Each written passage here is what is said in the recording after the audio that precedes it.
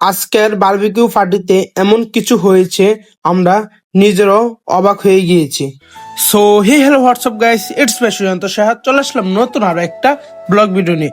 So guys, আজকের ভিডিওটা হলো, আজকে যেহেতু আমরা সবাই বাড়িতে, এই যে লাস্ট শীতে আমরা বারবিকিউ পার্টি করেছিলাম, এরপরে আর সহসায় বারবিকিউ পার্টি করা হয় না, তাই চিন্তা ভাবনা করলাম আজকে করব।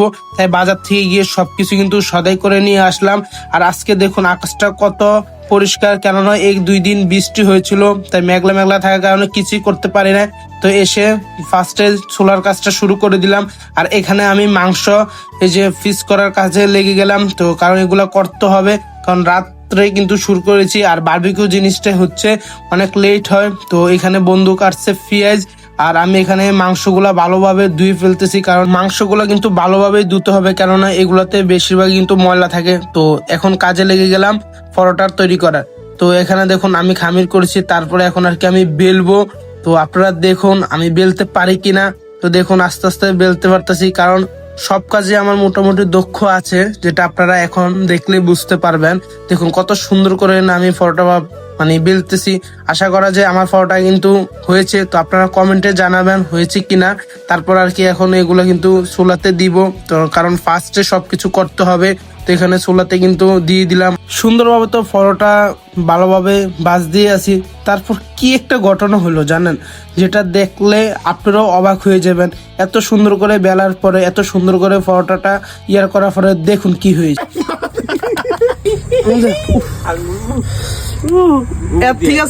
আর খাই না, যে খাইছি অনেক।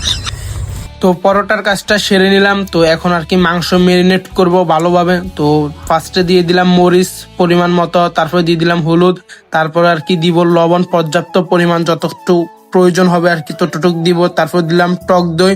তো টক দই দেওয়ার পরে এখন আর কি আমরা দিব এই যে আদা বাটা। তো আদা বাটাটা দিয়ে দিলাম। তো আদা বাটা দেওয়ার পরে এখন দিব পেঁয়াজ আর হচ্ছে রসুন বাটা। তো এটা একসাথেই করে নিলাম। তারপর দিব সয়া সস, যেটাতে আরো স্বাদ দ্বিগুণ বাড়ায়। তো এগুলো সবকিছু দিয়ে, তো এখন দিয়ে দিলাম আর কি বারবিকিউ মশলাটা। তো দেওয়ার পরে তো এখন আর কি ভালোভাবে কিন্তু মাখতে হবে। যদি ভালোভাবে না মাখি, আর যদি মাংসতে যদি মশলা না প্রবেশ করে, তাহলে কিন্তু মাংসটা ভালো লাগবে না পরে। তো তার জন্য আর কি ভালোভাবে কিন্তু মাখামাখি করতে হবে, মেখে তা প্রায় 1.5-2 ঘন্টা রেখে রাখতে হবে। তো রাখার পরে এখন আমরা চুলার কাজটা শুরু করে দিলাম, কারণ চুলা ধরাটাই হচ্ছে সবচেয়ে কষ্টের, কারণ আংড়াতে আগুন ধরানোটাই হচ্ছে সবচেয়ে কষ্টকর। তাই একের পর এক পাকা লাগিয়েই কিন্তু আংড়া ধরানোর চেষ্টা করতেছি, কারণ আংড়া যদি একবার ধরে নেয় তারপর আর আমাদের কোনো কষ্টই হবে না।